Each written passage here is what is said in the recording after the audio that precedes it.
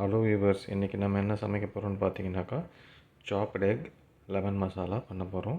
இதுக்கு பார்த்தீங்கன்னாக்கா நான் ஒரு 4 பீஸ் லெமன் எடுத்திருக்கேன், 2 முட்டை எடுத்திருக்கேன், 2 வெங்காயம் எடுத்திருக்கேன், ஒரு தக்காளி எடுத்திருக்கேன், இஞ்சி பூண்டு பேஸ்ட் எடுத்திருக்கேன். இப்போ அடுத்து நான் முட்டையை வேக வச்சு எடுத்துக்க போகிறோம் ஃபஸ்ட்டு. ஹலோ வியூவர்ஸ், இப்போ பாருங்கள், 2 முட்டையை நம்ம வேக வச்சு எடுத்தாச்சு. இப்போ பாருங்கள், வேக வச்ச முட்டையை உரித்து எடுத்துக்கிட்டேன். இப்போ இதை நல்லா பெரிய திருவியில் நல்லா திருவி எடுத்துக்கிறேன். இப்போ பாருங்கள், இந்த மாதிரி முட்டையை நம்ம அந்த பெரிய பெரிய திருவியை யூஸ் பண்ணி நான் திருவி நல்லா சாப் பண்ணி எடுத்துக்கிறேன்.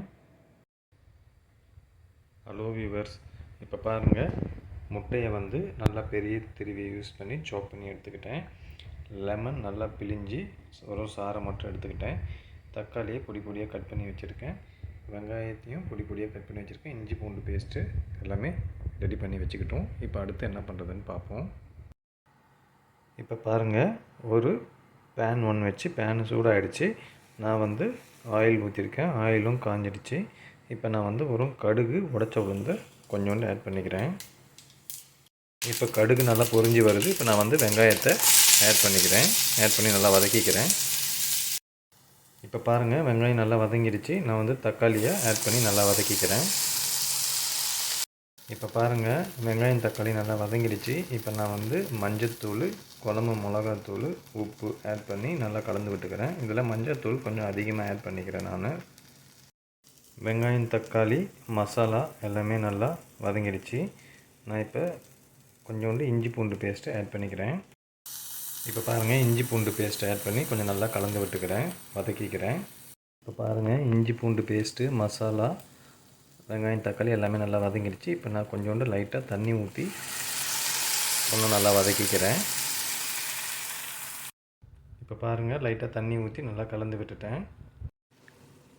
இப்போ பாருங்கள், வெங்காயம் தக்காளி அந்த கிரேவியோடு இருந்ததில் அது கொஞ்சம் கெட்டியாக ஆரம்பிச்சிடுச்சு. இப்போ நான் பிழிஞ்சு வச்சுருந்த லெமனை இதில் ஆட் பண்ணிக்கிறேன். ஆட் பண்ணி நல்லா கலந்து விட்டுக்கிறேன். இப்போ பாருங்கள், வெங்காயம் தக்காளி இது கிரேவி கொஞ்சம் நல்லா திக்காகிடுச்சு லெமன் போட்ட அப்புறமா.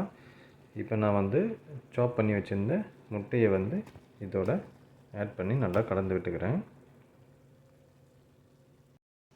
இப்போ பாருங்கள், சாப் பண்ண எக்கை நம்ம இதை மசாலாவில் போட்டு நல்லா கலந்து விட்டுட்டோம்.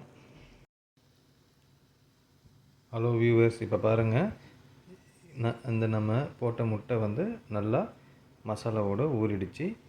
இப்போ பார்த்தீங்கன்னா சாப்டு எக் லெமன் மசாலா ரெடி ஆகிடுச்சு. நீங்களும் இதே மாதிரி சாப்டு எக் லெமன் மசாலா பண்ணி பார்த்துட்டு எப்படி இருந்துச்சுன்னு சொல்லிவிட்டு கமெண்ட் பண்ணுங்கள். இந்த வீடியோ உங்களுக்கு பிடிச்சிருந்தால் லைக் பண்ணுங்கள், ஷேர் பண்ணுங்கள், என்னோடய சேனலை சப்ஸ்கிரைப் பண்ணுங்கள். தேங்க்யூ ஃபார் வாட்சிங்.